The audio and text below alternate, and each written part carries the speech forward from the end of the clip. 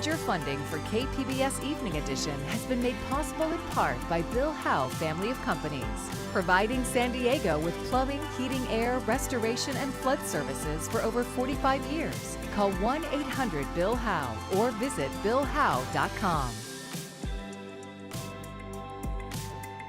And by the Conrad Prebys Foundation, Darlene Marco Shiley, and by the following.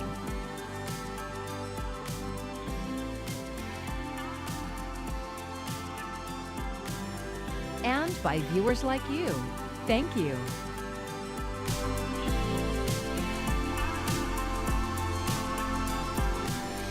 We're learning more about what led to the shooting at the Islamic Center of San Diego and the 3 people who were killed.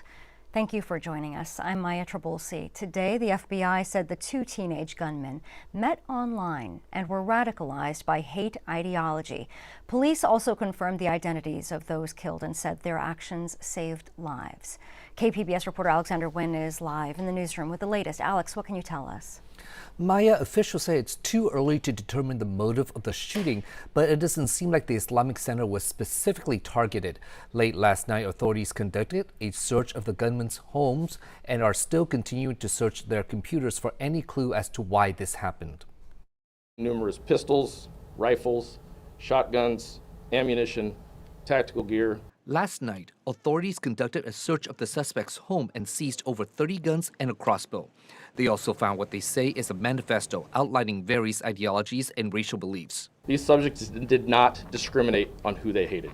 FBI Special Agent in Charge, Mark Remley, says they are combing through every bit of information as aggressively and as quickly as they can. What we do believe is that they met online, and through the course of that online communication, they discovered that they were both residing in the San Diego area, and they became acquaintances or associates and had in-person contact at that point. What they don't know is how or when these 2 teenagers became radicalized.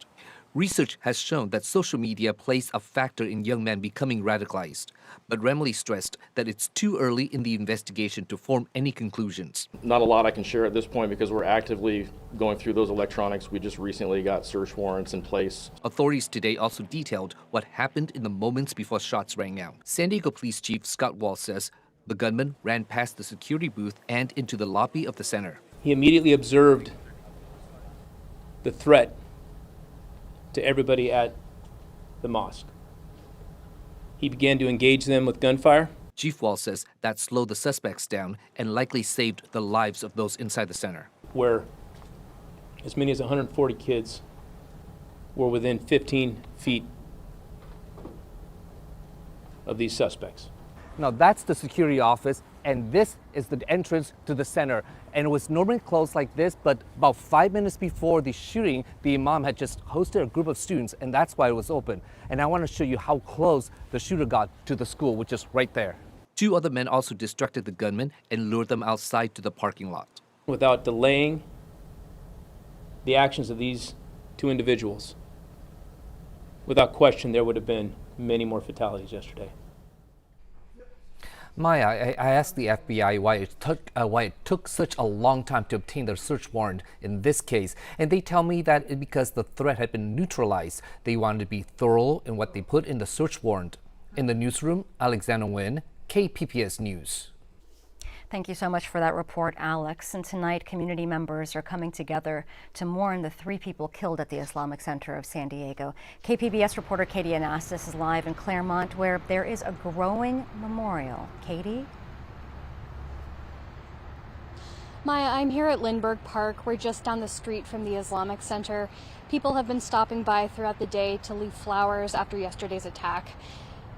Muslim community leaders gathered here in the park earlier this afternoon, and they remembered the 3 victims, Nader Awad, Mansour Kaziha, and Amin Abdullah. Awad lived across the street from the center and went there every day to pray. Kaziha worked at the center for 40 years as a storekeeper, cook, and handyman. Hawa Abdullah remembered her father, Amin. He was a security guard at the center. She says he was a loving and supportive father and that he took his job seriously. So seriously to the point, sometimes he didn't even want to eat. He wanted to save his food till after he left the job because he was afraid that if he went on his break, something bad would happen. Nobody wants to address the root cause. the root cause why people they should have guns, and heavy guns like this, that this kind of teenager, they have access to it. That is the question that need to be addressed, and we need to talk about them, and we need to find solution to that. Otherwise, today here, God forbid, tomorrow somewhere else. That was Sheikh Abdel Halil Masguri, one of the center's imams. He asked San Diego's Muslim community to continue to come to the mosque, especially at a time when people need to be together. And an interfaith vigil is planned here in Lindbergh Park. That's tonight at 6:30 p.m. Live in Claremont, Katie Anastas, KPBS News. And we'll have more coverage on the shooting at San Diego's largest mosque coming up. What we're learning about the role extremist ideology played in the attack. Firefighters are battling a fast-growing fire in Campo that has prompted an evacuation order. The fire is currently at 550 acres and 10% contained, according to CAL FIRE. It ignited shortly before 1:20 this afternoon in the 37,000 block of Tussle Road on the Campo Reservation. CAL FIRE says the flames are spreading west toward Interstate 8. The Golden Acorn Casino has been designated as the evacuation point. There's some wildfire smoke that some of you may be experiencing. It's a little more widespread to our north, up into Orange County. Air quality alerts are in effect up that way. Tonight, most of us will be on the cool side, low 50s, even a few upper 40s there to Ramona, mid 40s into Mount Laguna, 43 in Campo, but we'll be around 59 in San Diego. Comfortable weather at the coast, still some wildfire smoke concerns, especially north. We'll take you through that full forecast coming up. For almost a decade, an ICE detention center in Imperial County has been getting a special tax break meant to support public charities. That's allowed it to avoid paying millions in property taxes. In part 2 of our investigation, Imperial Valley reporter Corey Suzuki found that who counts as a charity can vary widely across California.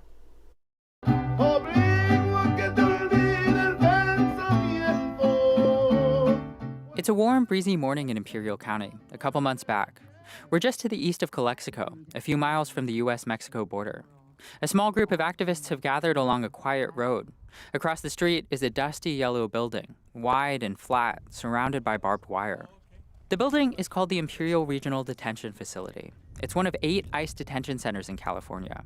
In the years since President Donald Trump returned to power and launched a massive immigration crackdown, 2 immigrants have died after having medical emergencies at the Imperial County facility. Before we start, I think we need to honor the 2 people that we lost. Today, the activists are here to remember them. As the wind picks up, Marina Arteaga reads their names aloud. Joaquín Sie presente. Presente. Luis Beltrán Llanes. Christian Salgado was in the crowd that day. Salgado is Arteaga's daughter-in-law. She says it's like the county is in a state of denial about the existence of the federal immigrant jail. They kind of pretend that it doesn't exist, or they think like, oh, the federal government or ICE or the company that manages it, like they just take care of it. This week, though, a KPBS investigation found the Imperial Regional Detention Facility is owned by a local nonprofit called the Brawley Community Foundation. And it's been getting a special state tax break called the welfare exemption that's typically reserved for public charities, along with hospitals and religious and scientific organizations. That's allowed the detention center's owner to avoid paying millions in property taxes over the last decade. If it costs more to build and operate any facility, then you'd consider not doing it and you'd build it someplace else. Tim Kelly is a founding board member of the Brawley Community Foundation. Kelly says the tax breaks have allowed them to lower costs and be more competitive for federal contracts. And so I think where we're seeing the benefit is the jobs that are generated and the amount of people that are paying taxes that work at the facility. To get the welfare exemption, the foundation needed the sign-off of 2 agencies, the Imperial County Assessor's Office and the State Board of Equalization. Records obtained by KPBS show both agencies approved the tax breaks. I'd say there's some real questions here. Jeff Green leads the California Association of Nonprofits. He says he's not sure the foundation should qualify for those tax breaks. I can imagine ways that an entity would couch that as a public service or benefit, but hard to get to the point of public charity. Records obtained by KPBS show the foundation was open about its plans to build and run a detention center, and that it was in talks with ICE. The nonprofit's lawyers argued that they should qualify for the charity category because the project would reduce the burdens of government. Tim Kelly, the foundation board member again. There's many examples that we have of lessening burden of government. Hospitals would be an example of that. Many hospitals are owned by the private sector to benefit the community. In this case, it's a detention center. Salgado, the immigrants' rights advocate, was shocked to learn about the tax breaks. The prison industrial complex kind of moving into the nonprofit world of where now someone could set up a charity and get all of these tax breaks. I think that's really upsetting. This is the only kind of exemption, at least that we're aware of, that is co-managed. Green, the nonprofits association leader, says this is partly a result of how the system is set up. He says who qualifies for these tax breaks can look very different from county to county. You're talking about an office with a locally elected official, executing on something that is described and empowered by those California state legislature and managed by the Board of Equalization, which also has its own elected board. And so it gets very complicated.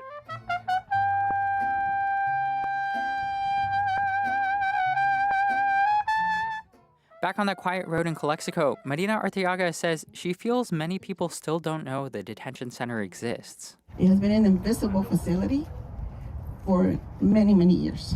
Now we all know, she said, and what we do is up to us.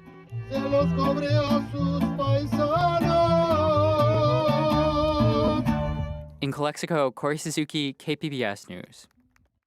And we have an update to that story. In response to our investigation, California lawmakers are now reviewing whether the Imperial Regional Detention Facility should be receiving special property tax breaks meant for charities.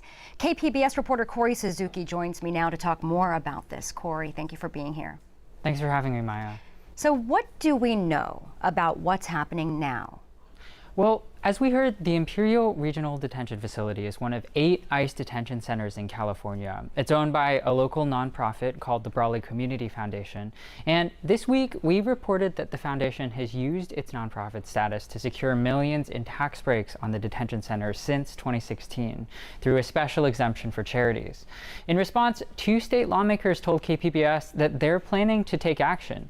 Jerry McNerney is a Democrat from Stockton and leads the Senate's Revenue and Taxation Committee. He urged the state and county officials who signed off on the tax breaks to revisit their decision and said county officials appeared to have misapplied state law. Democrat Steve Padilla represents Imperial County. On Monday, he said he plans to introduce legislation aimed at preventing corporations involved in the Trump administration's mass deportation campaign from seeking certain tax breaks. It's still early to say exactly what this is going to look like, but we'll be continuing to follow along.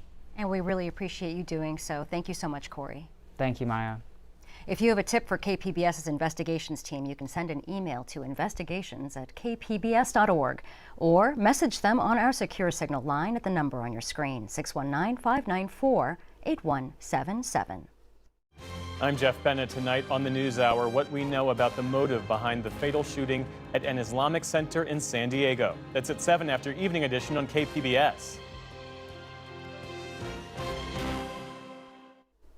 With multiple infectious viruses making headlines, how prepared is the U.S. for a major outbreak like we saw with COVID-19?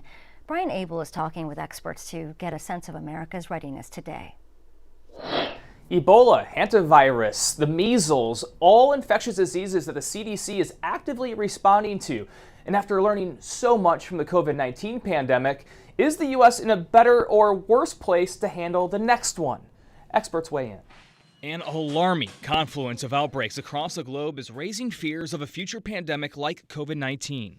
Hantavirus, Ebola, and measles, among other infectious diseases, are making headlines in the U.S. and raising questions over preparedness. The measles outbreaks that are littering the entire country are a direct result of the fact that our public health preparedness, our respect for infectious disease, our respect for vaccines has completely eroded. Experts say U.S. administrative changes since COVID, along with a slip of trust in public health institutions, are having an impact. Prior to the Trump administration, USAID was there, CDC was much more robust. Those tools are much weaker now. USAID is completely gone. President Donald Trump's withdrawal of the U.S. from the World Health Organization has constrained the ability of the CDC to communicate with it. The CDC is not necessarily always at the table at the earliest possible juncture when there is an emergency. Some public health experts worry these changes, along with deep cuts to the CDC, will make it harder for the U.S. to respond now and in the future. The infrastructure cannot be built overnight. How much infrastructure is already there and how much has been decimated as a result of recent cuts,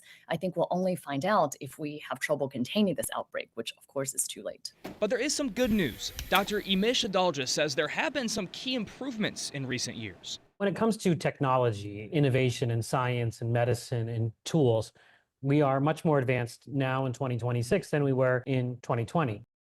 But Dr. Adalja also says it's not just about those advanced tools that include AI diagnostics, expanded telehealth, and mRNA vaccines. It's the ability to implement them. And that, he says, is where the U.S. is at an unstable place.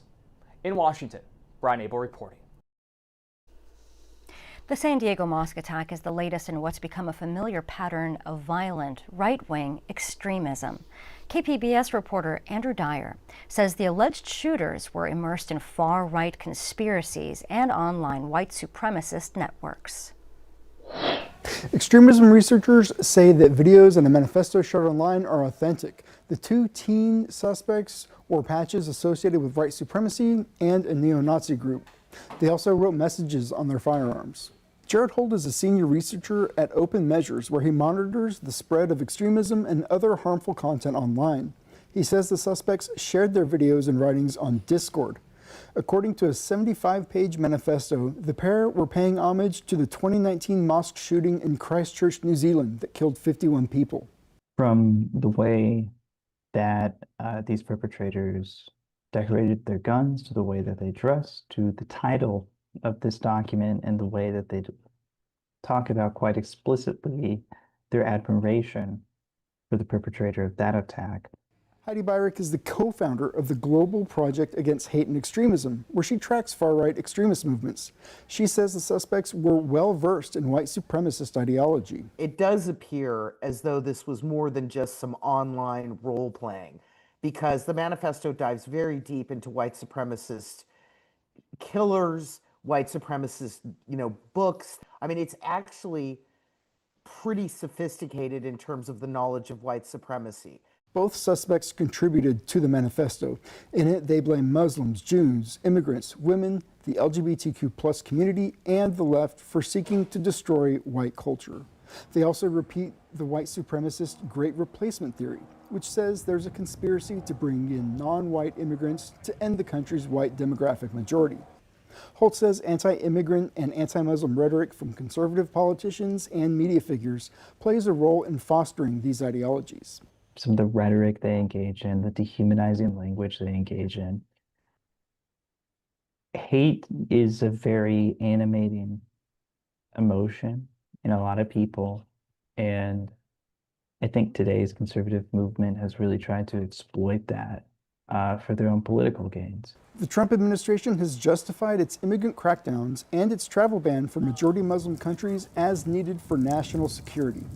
Byrick says that's why it's so dangerous for political leaders to demonize marginalized groups of people. You are sanctifying lies about this community, which opens them up to hate crimes and terrorism. It's really dangerous, and it makes it seem like these ideas are legit when they're not. KPBS isn't naming the suspects or the website on which their Discord posts first appeared.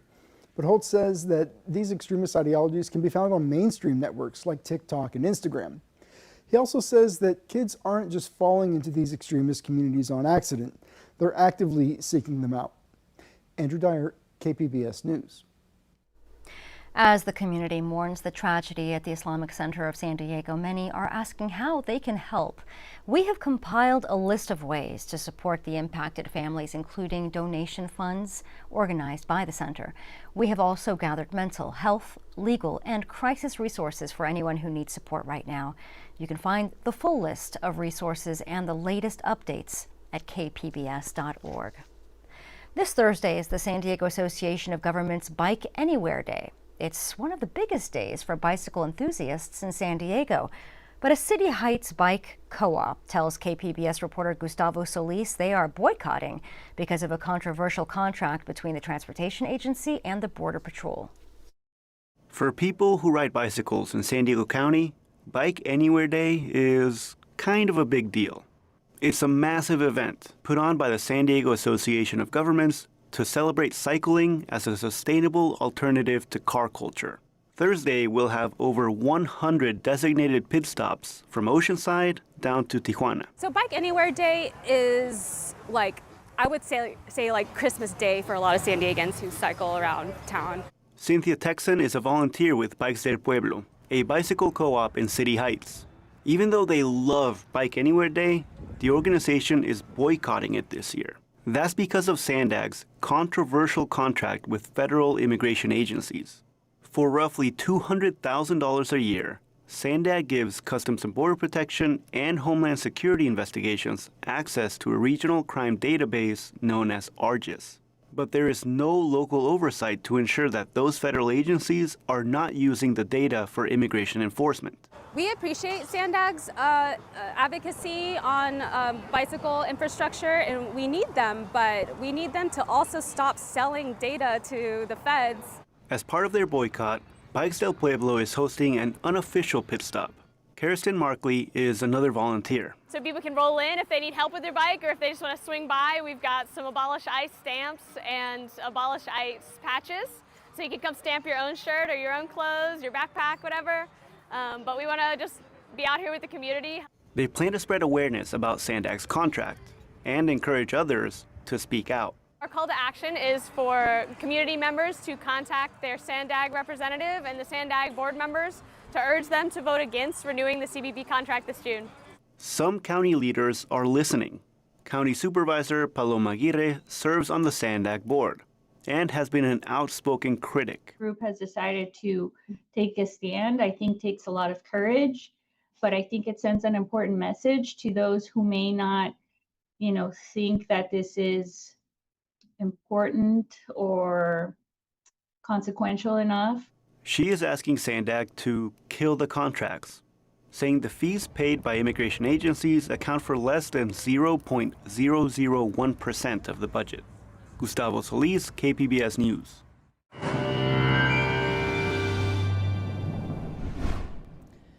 Well, we do have some wildfire smoke concerns. We're going to show you an animation taking us through the night and into the day tomorrow. There will be probably an increase in smoke into San Diego County coming in from the north as the winds shift a little bit. So that'll be a concern. It's thickest and most problematic to the north right now up into Orange County. There is a late week warming inland trend. I'm reluctant to say warming for all of us. You're not going to see much of a change along the coast, but in the inland areas you will see a bit warming, a bit more of a jump in temperature. And the coastal clouds will still be with us in the morning hours. Tonight, partly cloudy, 59. And as we take a look at that smoke area, we have this zoomed out, but you'll notice a little bit of an increase as we get into the late evening and through the overnight hours. A little bit of an increase here into far southern California, kind of migrating southward here. So there will be a little bit of a haze to the sky, and if you're especially prone to respiratory problems, you may want to lay low on Wednesday because of some of these smoke concerns. The forecast otherwise looks pleasant. Mid-70s, comfortable into San Diego, 74 in Chula Vista.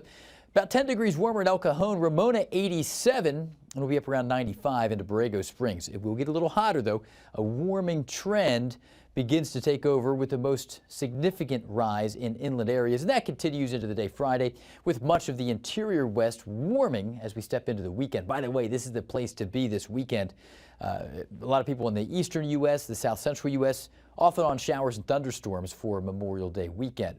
So the coastal forecast, we actually get a little cooler along the coast into the end of the week with more clouds than sun in the morning. There could be some haze and smoke in the sky at times. And as we move forward into the inland areas here, you can see we warm up into the mid-80s on Wednesday, and then we do lose a few degrees into Friday for inland areas, just a little bit inland. Mountains, we go from the low 60s down into the upper 50s, and then a warming trend into Sunday. And in the deserts here, Again, we're going to be in the mid-90s for the next couple days. So just a little bit of a warming trend here into Thursday for desert locations before we back off a bit into the weekend. And then temperatures fluctuate. We're back up into the mid-90s on Sunday. I'm AccuWeather meteorologist Jeff Cornish for KPBS News. Here's another look at today's top story. Federal authorities are investigating why 2 teenagers opened fire at the Islamic Center of San Diego, killing 3 people. Today, the FBI said the 2 gunmen met online and were radicalized by hate ideology. Late last night, authorities conducted a search of the suspects' homes and seized over 30 guns and a crossbow. They also found a manifesto outlining various ideologies and racial beliefs. Meanwhile, community leaders and members are mourning the 3 people who were killed in the attack. Amin Abdullah was the center's security guard and one of the people who were killed. San Diego Police Chief Scott Wall says he delayed the suspects and told staff to lock down the center.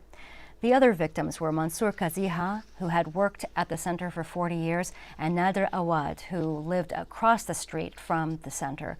More than $2 million has been raised for the victims' families.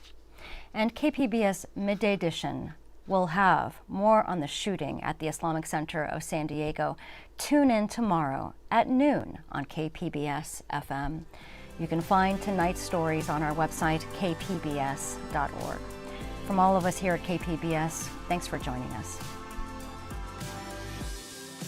Major funding for KPBS Evening Edition has been made possible in part by Bill Howe Family of Companies, providing San Diego with plumbing, heating, air, restoration, and flood services for over 45 years. Call 1-800-BILL-HOWE or visit billhowe.com. And by the Conrad Prebys Foundation, Darlene Marco Shiley, and by the following: